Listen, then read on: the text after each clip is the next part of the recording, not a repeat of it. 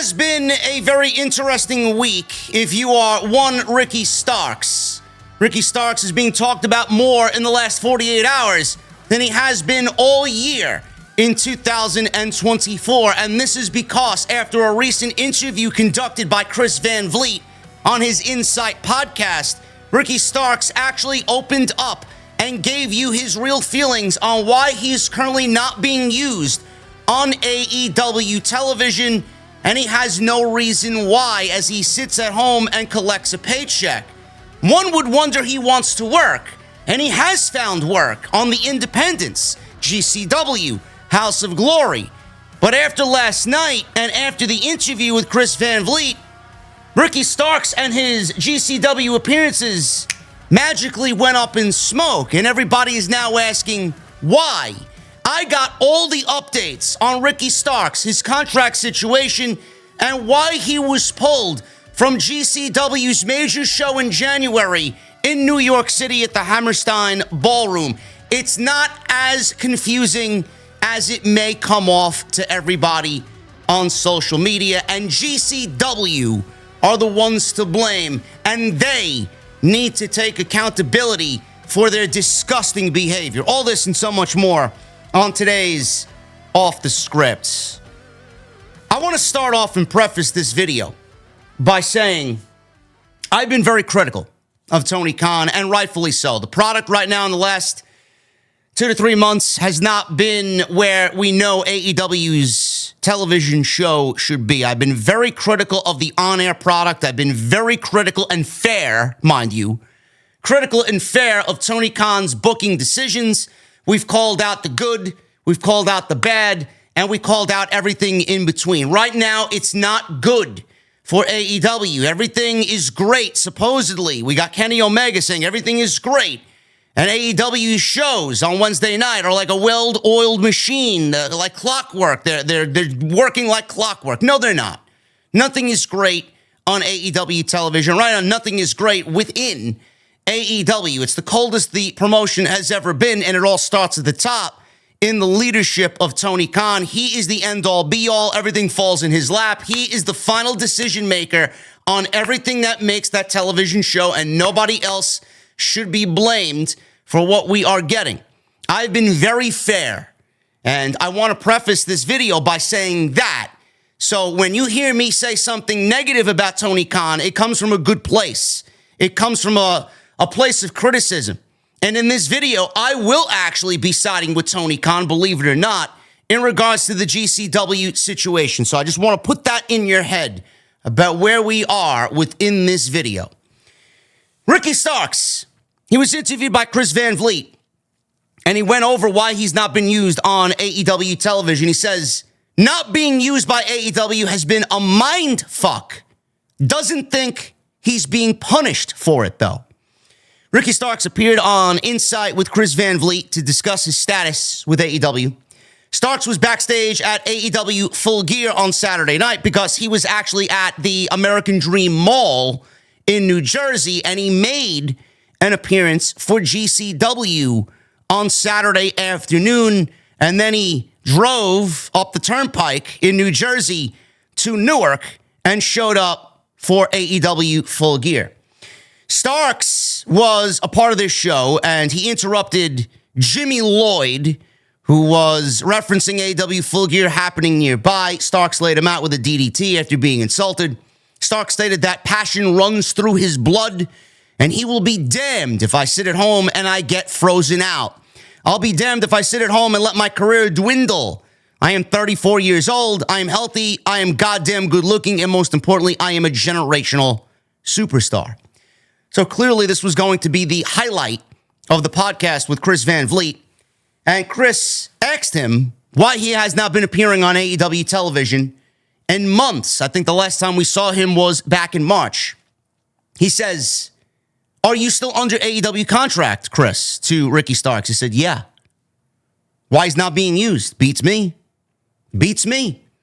I could have gave you 1,000 theories on what's really going on. The fact of the matter is, if I don't have a definitive answer, I just can't make up an answer for people and just assume. Would I love to know the exact reason? Sure. Do I have speculations on why? Absolutely. But that does nothing to speak on things that I can speculate on, and it does nothing for the situation. So I think it's just a matter of it sucks. It's been a very cold day here in Austin. It's been a very cold day. It may have been cold for the past 9 months, not sure.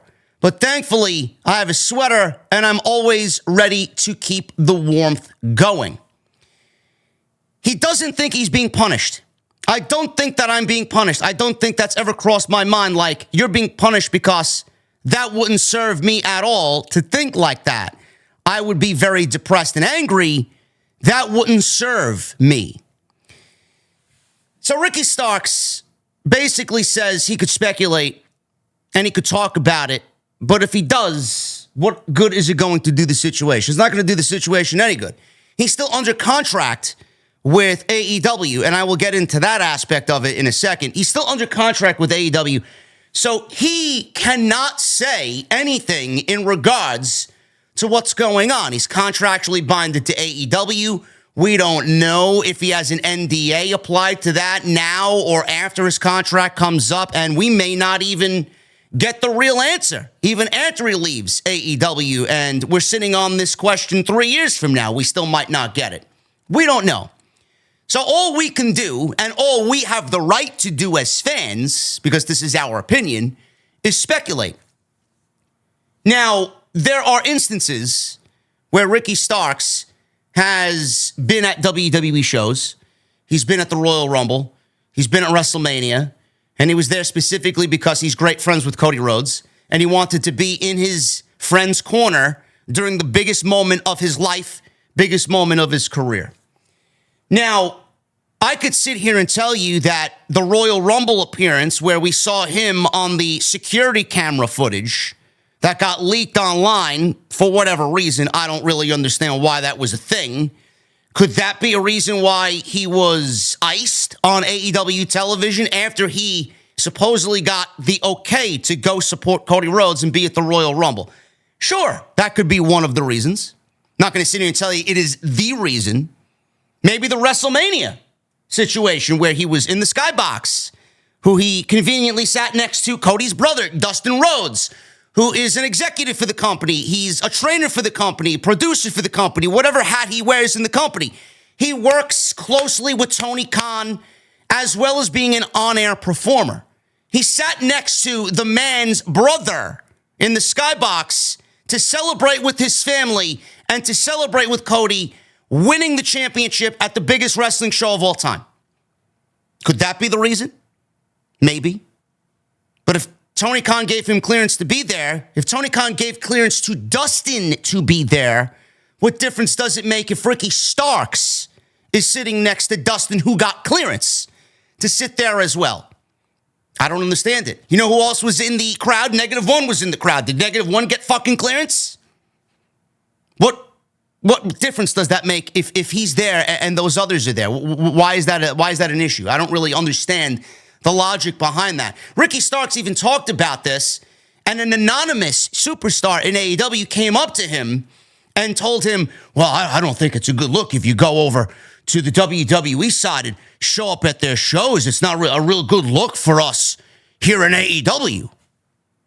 But then Ricky Starks went on to say to this anonymous individual, what difference does it make? Of course I'm going to be there. We have NXT superstars backstage all the time. We have friends from other promotions coming backstage all the time. What difference does it make if I go and the sole reason why I go is to support my friend and be there for him during the biggest moment of his career?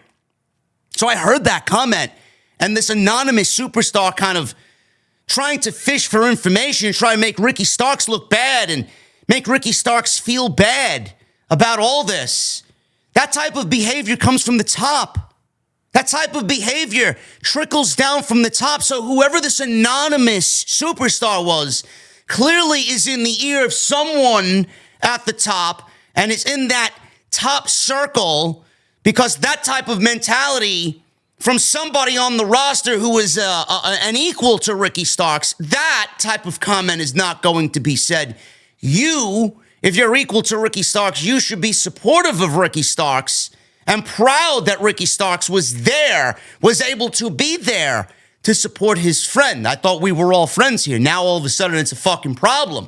All we hear about is that these locker rooms, they support each other, and AEW's, health and well-being is great for the business, and we all support each other, tribalism and all this other shit. That one type of comment can be taken out of context 1,000 different fucking ways. And if you have that comment stated to Ricky Starks, you shouldn't be there because it looks bad on us. Who do you think that comes from? It comes from the top. That's why the locker room mentality is the way that it is. If they get that type of behavior from the top, it's going to trickle down into the locker room. I don't really understand why that was a problem. So Ricky Starks, the Royal Rumble appearance, the WrestleMania appearance, sure. We could use those as maybes in the situation. Is it his fondness of CM Punk and the praise that he's given CM Punk and the fact that he publicly stated that CM Punk was a vital reason as to why he was on television regularly, and why things for him were going so well is because he got some great advice from CM Punk. You can't mention CM Punk in the AEW space, in the AEW bubble. He's public enemy number one. Any public affection towards Phil Brooks, forget about it. You are on the list of, we're not going to use these individuals for this reason specifically, but we'll never let them know that's the reason specifically. So then you leave the fans to speculate. But this is not just one isolated incident with Ricky Starks. Ricky Starks, he's been off TV for a myriad of reasons. That is certainly one of the reasons. Danhausen has been very vocal about how he is fond of CM Punk and how he's friends with CM Punk and how CM Punk helped him while he was out injured and whatever other personal issues he's may have been dealing with. CM Punk was there. So Danhausen's off TV for what reason? You can cite, he's not a good wrestler, or Tony doesn't really see anything in him. He doesn't fit in the current climate of AEW television. Most of the shit that we see on AEW television doesn't fit in the current climate of AEW television. It's all garbage, at least for the last 3 months. So Danhausen's off TV. Ricky Starks is off TV. Jamie Hayter. I don't know whether to laugh or cry about Jamie Hayter's usage on AEW television. She's a bargain basement Becky Lynch knockoff. She looks like somebody that should be guest starring on that 70s show. What the fuck happened to Jamie Hayter? She came back and returned at the All In pre-show. If you had the former AEW Women's Champion, who, I don't know, got over organically and was one of the hottest superstars in the entire division before she went down with injury, all on her own, by the way. And then she comes back, and the best that you got for her is the All-In pre-show in a segment with Saraya that was largely forgotten over the 5-hour evening that was Wembley Stadium. If you think that's good creative, please, I need you to back the fuck away from this thing called pro wrestling and never speak of it again. I called it out then, and I continue to call it out now. I didn't get any fucking apology because now everybody's starting to ask, why is Jamie Hayter being cast off as a mid-card act with no momentum? Gee, I wonder why. CM Punk. Another CM Punk incident. Danhausen, Ricky Starks, and Jamie Hayter. What about FTR? I don't know if FTR has creative control over who they wrestle and who they lose to, who they win to or win over. I don't know what type of creative control FTR has, but FTR, ever since Mr. Pepsi Man left the company, they have been an absolute non-entity in everything that they've been in, and they haven't had the same momentum and the same streak of luck that they had when Phil Brooks was with the company. So what happened to FTR? Is Tony taking it out on FTR as well? I don't know. Again, it's something that should really be dissected. Those are just 4 incidents. Those are 4. And I'm sure there are many others. Is it the Rumble? Maybe. Is it WrestleMania? Maybe. Is it CM Punk? Maybe. The real answer to your question and the real answer to Ricky Starks' question is Tony is petty. Tony is a non-confrontational coward. He does not want any of the smoke that comes with someone like Ricky Starks or a situation like Ricky Starks. He would rather avoid confrontation, and he would rather let the situation see itself to a resolution than have to deal with any interpersonal conversations between him and Ricky Starks. He does not give a single shit. And now you start to hear in the community, oh, Tony Khan, he's basically Vince McMahon light. Oh, Tony Khan is basically Vince McMahon without the sexual allegations tagged onto it. No shit. Who's been saying that since the beginning of the year? Who's been saying that most of the year? Who uttered that sentiment when Ray Phoenix had 1 year tacked onto his contract because of injury time?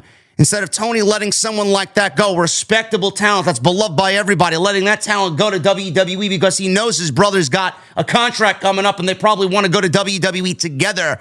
What did Tony do? He tacked time on top of Ray Phoenix's contract.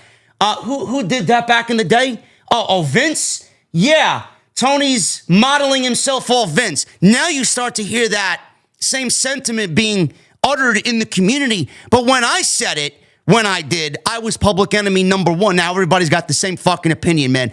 I am owed so many fucking apologies, man. If you gave me a quarter for how many apologies that I'm owed, I'd be fucking as rich as Tony Khan. Tony Khan, for a lack of a better term, is a petty bitch. It's basically what he is. He's a non-confrontational coward, and he doesn't want any confrontation whatsoever at all. He knows that Ricky Starks is going to WWE, so Ricky Starks is put on ice. And the funny thing is, a revelation was had during this entire Ricky Starks discussion with Chris Van Vliet.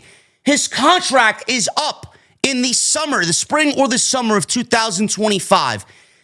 And Ricky Starks, the last time we saw him on TV was in March during a tag team title tournament for the rights to wrestle the Young Bucks at the April pay-per-view, which was Dynasty. Ricky Starks suffered a stinger. He talked about that. He's not injured. He's healthy. He's ready to go. It was just a precautionary thing. But during that time, Ricky Starks said that he had a contract that was coming up and he wanted to test free agency. And then all of a sudden, AEW rolled his contract over and added yet another year on top of his contract. So with all the murmurs and all the rumors that Ricky Starks is potentially going to WWE and that he wants to go join Cody and Jade Cargill in WWE and he wants to become a free agent and test the free agent market to see how much more money he can make for himself, Tony sits down in Jacksonville and decides to add on an option year that Ricky Starks probably never agreed to because Tony Khan is petty. Tony Khan is petty, and Tony Khan figured, well, if Ricky Starks is going to the WWE and I can't use Ricky Starks, which you absolutely could, then I'm going to keep Ricky Starks away from doing what Ricky Starks does best, and I'm going to keep Ricky Starks away from being successful in this thing called pro wrestling. Everything that AEW was in the beginning, they are no longer in 2025. They are not for the pro wrestlers. They are not for the pro wrestling fans. They are only for Tony Khan and his amusement. That is it. It is fucking pathetic that you have somebody like Ricky Starks, who's 34 years old, in the prime years of his career, who's got the look, the wrestling in-ring ability, and the promo shtick to be a major superstar, and you don't use Ricky Starks on television, yet I have to see Tomohiro Ishii on television. I have to see Chris Jericho and the learning shit on television every single week, and I gotta see fucking a women's division that, honestly, at this stage of the game, we were promised change. I can't tell the difference between this Mercedes-led division or the division that was before she came in, where no change is in sight. I don't know what the fuck is going on there, but if you got Ricky Starks contracted from March for another option year and you don't use him, that is a crime on creative. And as a promoter, you should be fucking ashamed of yourself. You're paying this guy money to sit at home, and all because you got money to blow and money to spend on your fancy fucking toys, you're driving somebody to mental deterioration, because God knows what this does for someone's mental health. Sure, they got money, and sure, they got a comfortable lifestyle, and they can do whatever they got to do. You don't got to be on TV. You could go to the gym and get yourself right. You could do whatever you need to do. Go work an indie here, go work an indie there. but you're keeping him grounded and you're stifling him from being the star that we all know he could be. How is that for the pro wrestlers? How is that being the alternative in pro wrestling? So you're driving somebody to have mental health issues, leaving this man without a fucking reason as to what he did wrong and why he's not on television, and you don't want to give him the proper answer, the respectable answer from man to man about why he's off television? I don't understand that. If you are paying these men to sit at home, then you should be just as comfortable as saving money and letting them all go. But Tony can't do that, because if Tony can't have them and Tony's upset at them, he's not going to let others play with them, because it's Tony's sandbox and there's nobody else allowed in Tony's sandbox. I don't really understand this. You know, Tony could wipe away all the criticisms about building new stars. Tony doesn't know how to build new stars. He doesn't know how to make stars. You got Ricky Starks on your fucking roster and you're not using him, and a guy that a lot of people want to see be one of the pillars of the company, and you're icing him at home because you don't want him to go to WWE. Ricky Starks' greatest revenge is going to be leaving the company when he's able to, going to WWE, whether it's on NXT, Monday Night Raw, Friday Night SmackDown, and making everybody in AEW management look like a bunch of fucking idiots because they had him for this length of time without using him, and then he's going to go to WWE, and within 4 weeks, he's going to be a bigger star than he ever was in AEW. And that's going to be the sweetest, that's going to be the greatest revenge for Ricky Starks that could ever be. And Triple H, Shawn Michaels, whoever gets him, is going to be a winner. They are getting a winner, and AEW will continue to take L's, and Tony Khan will continue to be a petty bitch, and the world goes round and round. I don't understand it. I don't understand how you have somebody like Ricky Starks and you don't use the talent that you have on your roster, but we get, as fans, we get this bullshit that we get on AEW television weekly. I don't really understand it. Now, Ricky Starks' contract, like I mentioned, he says, or the update rather, from Fightful, is that Starks has not been injured. He's been cleared to compete. He hasn't been at AEW shows outside of a full gear appearance, like I mentioned before. Those that we spoke to, say Fightful, say he hasn't been factored into much as far as creative since then, but he remains under contract. He also dumbed down that rumor, because the rumor was, oh, Ricky Starks, he denied creative as far as Big Bill is concerned, and AEW got upset about it, and they got angry at him, and they kept him at home. Ricky Starks says, I never turned down creative. I don't know where this story got started or where it came from, but he physically told Chris Van Vliet, I never turned down creative. So what is it? I think everybody knows what the answer is. Fightful learned via numerous AEW sources that AEW had an option year in the spring of 2024 in which they picked up. They picked up. Nice choice of words there. They picked up. This extends Ricky into the spring or summer of 2025, says Fightful. Those that we spoke to say that prior to the option being picked up, he was hoping to test the open market for free agency. One of the things that is the most egregious in this entire thing is what I said before. Ricky is sitting at home, and Tony Khan is a non-confrontational human being. He will let the situation dissolve without having said a fucking word. Where is the communication between Ricky Starks and AEW? Did Ricky Starks make attempts to call Tony Khan? I'm sure he's got Tony's cell phone. Text Tony Khan, call Tony Khan, call somebody close to Tony Khan to get in touch with Tony Khan. Bro, why am I not being used? Did Ricky Starks take the steps to ask what's going on? Or is Ricky Starks just sitting at home because he knows exactly what's going on in AEW? He hears all the criticisms and he doesn't want to be there. And he's just, if that's what they want to do with me, man, I'll be a patient guy and I'll sit at home and I'll collect my money and do nothing for it. It's their loss. I don't know. I don't know if Ricky took steps to actually get in touch with Tony Khan. But where is the communication at the top? We talk about this, and we've talked about this since the Punk blow-up at the All Out Media Scrum. Where is the communication? Where is the leadership? A boss who actively knows one of his biggest names An OG is out there being talked about. You know Tony knows. You know Tony has like 8 burners on social media, so he knows what people are saying about Ricky Starks. He knows the Ricky Starks situation. Where is the communication? Where is the line of communication from Tony Khan to Christopher Daniels, who's the head of the fucking talent relations there? Where is the line of communication from Tony to Ricky Starks? None. None. And then you want to know what the problems in AEW are. What are the core problems in AEW? I don't really understand how you could be a leader and then have such terrible communication skills. And like I mentioned, I should be really talking about the mental health aspect of this, because I know I would be fucking fuming at home. I'd be going through a myriad of emotions: anger, sadness, depression, confusion. Why? Why? Tony started this thing out called AEW. He started this thing, AEW, for the wrestlers, by the wrestlers, for the wrestling industry.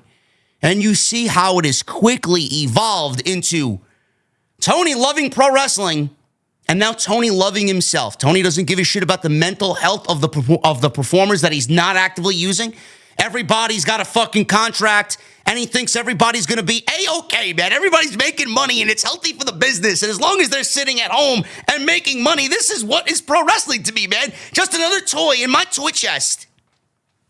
Meanwhile, everybody is happily wanting to be paid, but at the same time, man, there's got to be an equal balance between what you're making, livelihood, and then also why we're in the fucking business to begin with. We don't want to be in the business to sit at home and collect a fucking paycheck from a multi-billionaire who pisses money away like it's fucking water. You want to be in the business because you want to be in front of the live audience. You want to interact. You want to be better at your craft. You want to win championships. You want to be on shows. You want to be the talk of social media. You want to be the talk of the wrestling world. You want to be in the WrestleMania all-in main events. The fuck are you doing, bro? What are you doing? You don't care for anybody's mental health? Ricky Starks, Wardlow, God knows who else.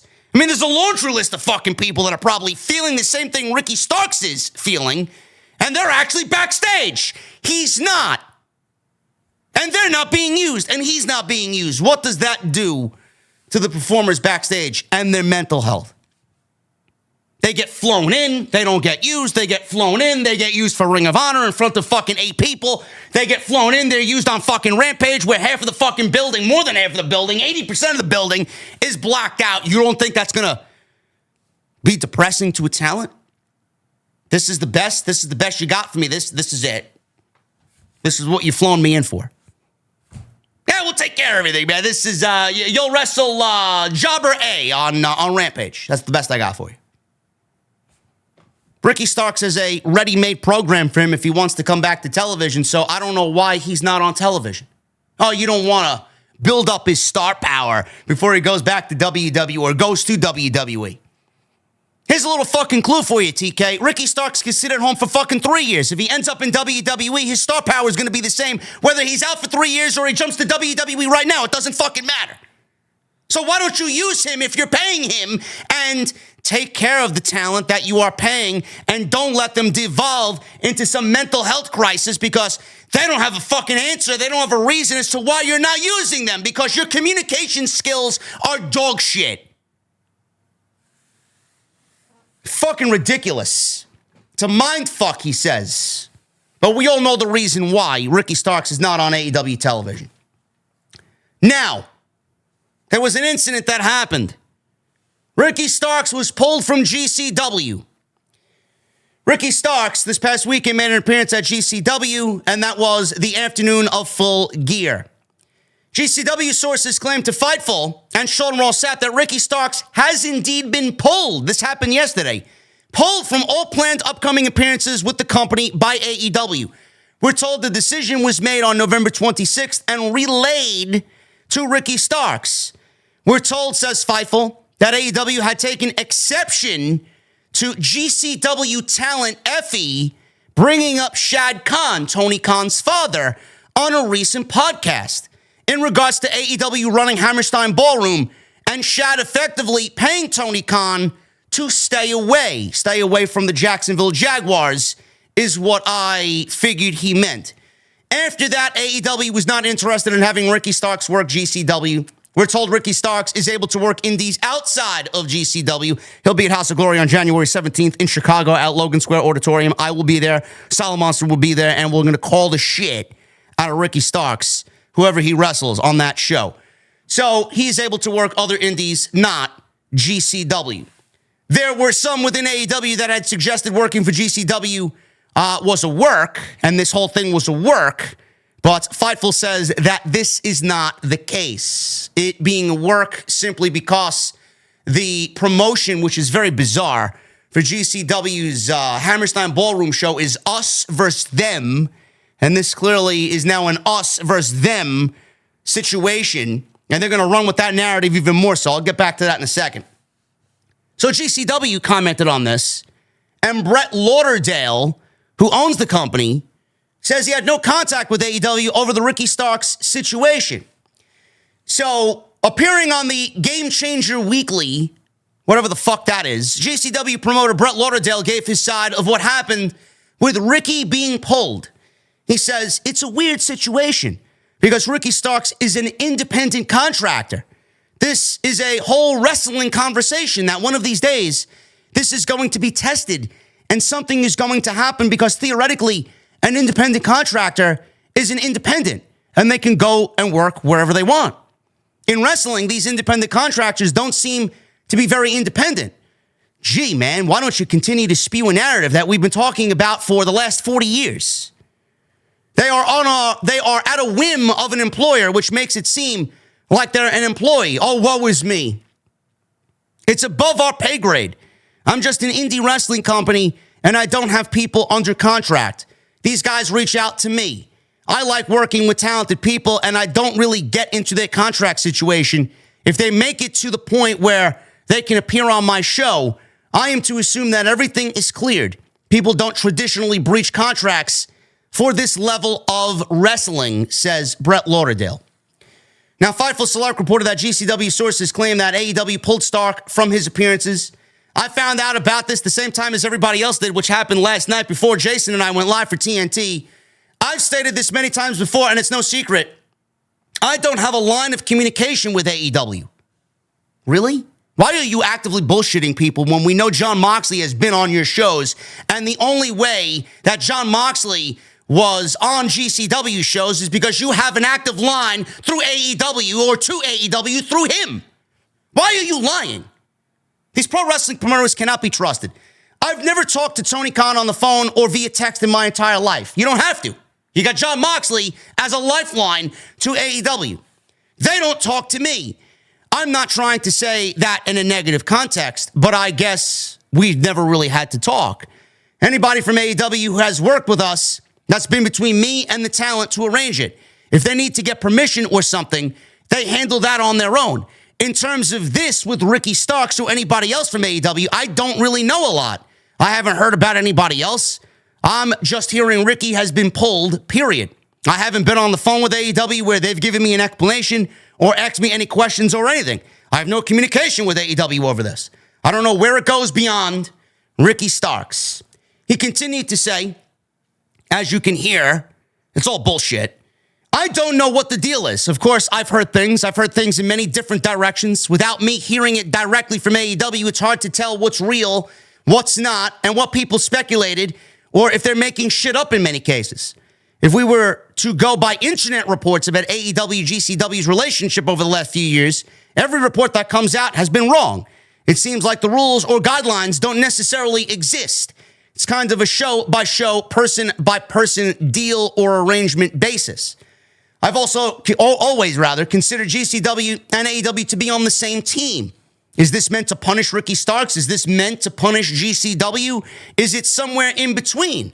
I just don't know because I don't have that line of communication. It doesn't feel great. I would love to know if there's something to be done or something we can be doing. We've got to the point where this stuff was agreed upon, announced, and fans were looking forward to this. To promote something and have to pull it back is not ideal. At the same time, I've said this many times, when you do book television or contracted talent, You do it with the understanding that this could happen at any time for any reason. It sucks, but it's part of the deal. Now, Fightful reported, among the reasons they were told that AEW pulled Ricky Starks, because comments were made by Effie towards Tony Khan's father, Shad Khan. Effie indicated that GCW wasn't running a deficit like other promotions, which he implied AEW is doing. Now, we don't really know that for sure, but one look at the amount of roster and talent that they have on their roster, one would think what they're making in a single calendar year is a lot of talent to really be saying that they're in, a net positive as far as the talent and the money that's coming in. He also mentioned how Brett Lauderdale doesn't have a billionaire father to help, nor does he have ownership of a football team. Effie said, my company, I don't run a company, our company, GCW, can't run a $40 million deficit and continue to run shows. Strike number one. You're putting out a number that factually nobody knows about in regards to AEW's finances, and you're claiming it as to be a truthful statement. That's strike number one. And continue to run shows. But some of us have the privilege of being able to run at a $40 million deficit. Brett Lauderdale doesn't own a football team. Strike number two. Okay, Tony Khan is a rich billionaire son to Shad, who basically is given whatever he wants. That's strike number two. Brett doesn't have a dad who pays him to stay away. Strike number three. What are you implying about Shad and Tony Khan's relationship as far as where he's staying away and what Shad is doing for Tony and what he's actively doing to keep Tony Khan away from the Jacksonville Jaguars? Here's your little fucking rinky-dink pro wrestling promotion. Get the fuck out of my real business type of deal. So clearly that's strike one, strike two, strike three. And then Effie has the fucking balls to say, I don't want this to be a personal thing. Motherfucker, you mentioned Shad Khan, who has nothing to do with any discussion as far as pro wrestling is concerned about what we see. And then you have the balls to say, I don't want this to be a personal thing. Then you wonder why Tony Khan pulled Ricky Starks from GCW's Hammerstein Ballroom show and then all the shows leading up to the Hammerstein Ballroom show. Lauderdale said what Effie says is Effie's opinion. He's an independent wrestler, an independent contractor. He says stuff on his own personal podcast, which is not endorsed, amplified, or promoted by GCW. He is his own guy. He doesn't come to me and say, on this podcast, I'm going to talk about this and this. Is that okay with you? I don't review what he does. I have no control over Effie. He's absolutely independent, 100% through and through. He doesn't ask me, and he doesn't have to ask me. He's a passionate person with opinions, and he feels very strongly about GCW. He is a GCW soldier, and sometimes he lets his emotion get the better of him. I don't think Effie wishes ... He's just a passionate guy. I don't have too much of an opinion about what he said. I guess if you take it out of context, people can have different opinions on what he's saying. He's just one guy. There are lots of people out there who have stronger opinions than that on the wrestling business. Everyone has their opinion on everything. Do you want to know, I'm going to go back 5 or 6 years now. Do you want to know what House of Glory told me in regards to the Alexa Bliss situation? Where I made a crude Andrew Dice Clay-like joke, a crude Howard Stern in his prime-like joke in regards to Alexa Bliss and why her wrestling sucks, and I compared it to what I compared it to. House of Glory, I apologized immediately to House of Glory because it got picked up everywhere, it just blew up, it was in the fucking New York Post. I apologized to House of Glory and the people that employed me there, okay? I said I apologize for my comments. The one thing that they told me from that is, we get your shtick. We understand it. We know what you do online. You are your own man, but at the same time, you are a representation of us. Never make anything personal with the talent. Never make anything personal, like deeply family-rooted personal.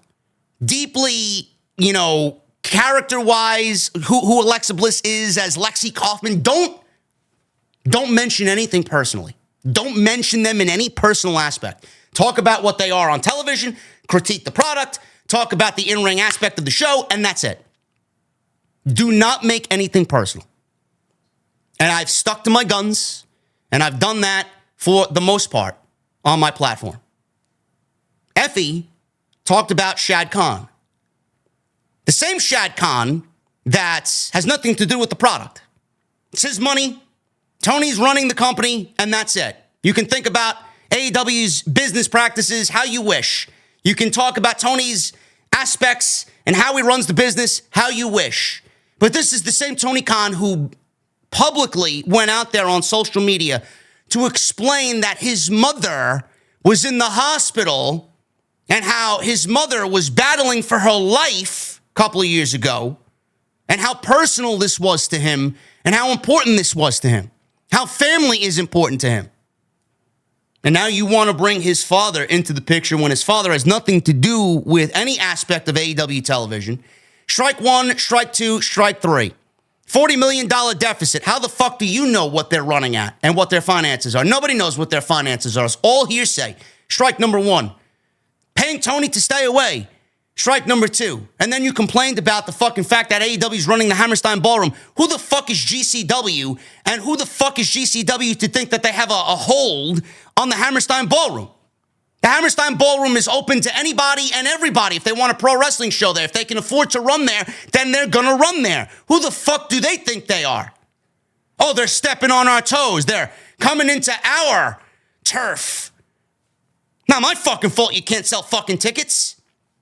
So much so that you got to give out comped tickets outside Full Gear because your show is selling like shit. Gee, I wonder why. Does it have anything to do with the fact that your show last year was, or whenever it fucking happened, a couple of years ago, was complete and utter dog shit, and I regret even covering that fucking circus, which I did, by the way. Absolutely terrible. And their promotion for it is us versus them. Their promotion for the show is basically how bad their first show was, yet they're claiming how bad the first show was and that they're going to make the appropriate changes for this year's show. And none of these changes have been visible to the human eye since the show's been announced. What have you done to promise the change from that disaster to this one in January? You've done nothing. Then everybody wants to know why GCW isn't selling tickets. Well, I don't know. Maybe it's a fucking dumpster fire of a promotion that doesn't really have the greatest of reputations since that Hammerstein Ballroom show where you were at the peak of your popularity. I don't know what has happened in that time for you to say, hey man, we're going to run this again and we're going to have it be just as successful. Nick Gage is not on your show. Where is he? There are rumors starting that they are doing heavy drugs backstage within the GCW locker room and that Nick Gage relapsed. I don't fucking know what that is, but this is the shit that I read and I hear on social media. I don't know. Nick Gage is your biggest star. He's your only star, and he's not there. He was there for the first Hammerstein show. Does GCW have any homegrown talent that people are willingly going to want to spend their money on to come see? No. It is just a fucking circus with other acts that you bring in to create this pro wrestling show. They don't have any homegrown talent. Do they have any storylines whatsoever? It's just one circus show to the next circus show. How many times could we see someone jump off a fucking balcony through glass, through tables, and injure themselves and do death-defying acts? I mean, that shit gets boring and that shit gets old very quickly. You've seen one, you've seen the rest. How many fucking guys who look like overweight, out-of-shape slobs who should not be called pro wrestlers rolling around in shards of glass and human feces and human bodily fucking fluids? How many times could you find that to be entertaining?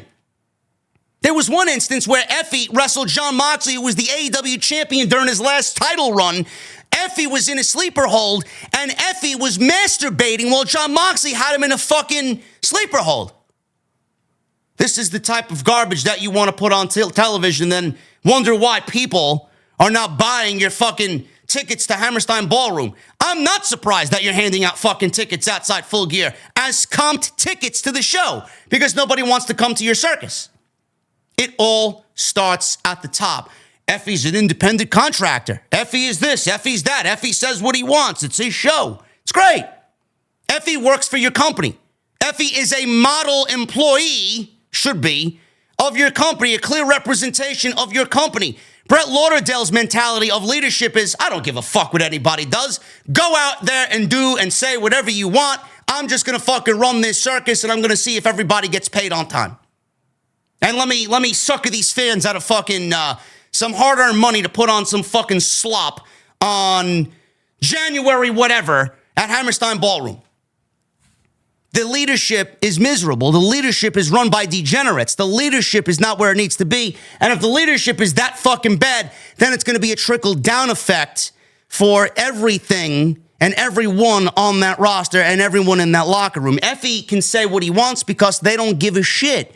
Brett Lauderdale doesn't give a shit. Joey Janela can make death threats to me and claim that he's going to fucking beat the shit out of me next time he sees me on social media.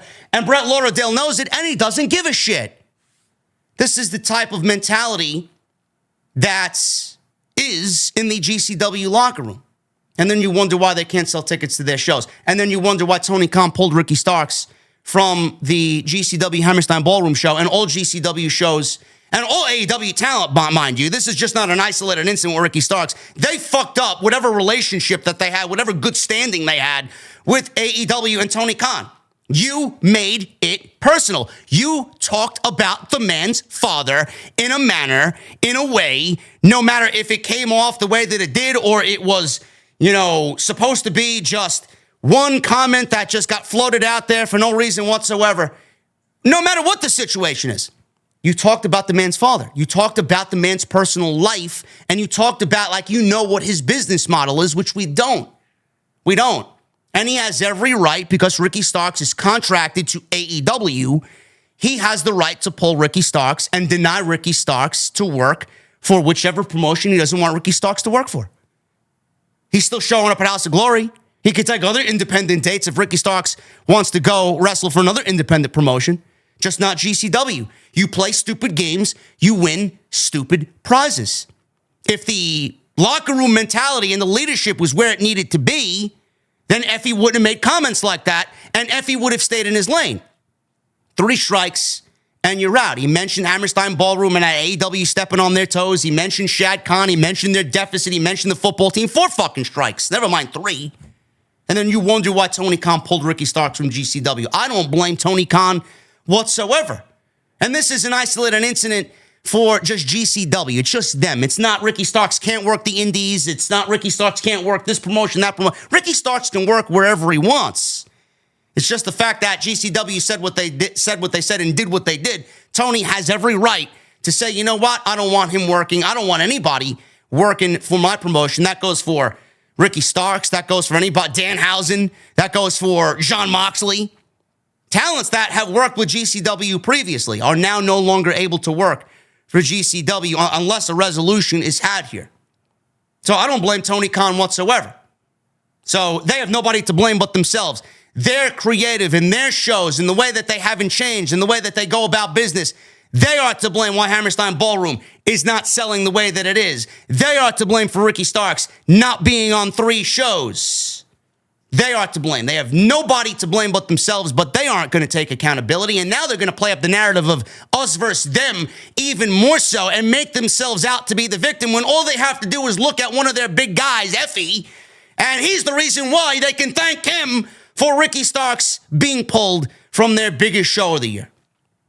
I don't feel 1 ounce of sorrow. I don't feel 1 ounce of sympathy for these degenerates because of the way that they behave. Their behavior is what cost them Ricky Starks. Their mentality and their leadership is what cost them Ricky Starks. I back Tony Khan in this 100%. And believe me, I was of the thought that, man, the Chris Van Vliet interview was, yesterday afternoon, Tuesday afternoon, and then we get this news Tuesday night. I wonder if Tony is being petty again and pulling Ricky Starks because of what he said on Chris Van Vliet's podcast. He didn't say anything incriminating. Ricky Starks was as professional as he needed to be and answered the questions that Chris gave him in a very mild-mannered, very professional way.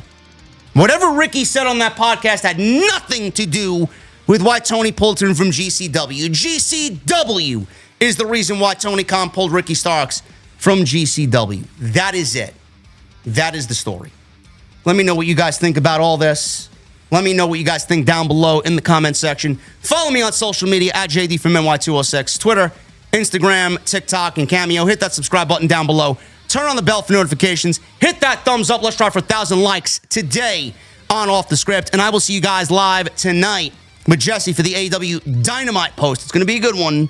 It always is, right here on Off the Script. I'll see you guys later.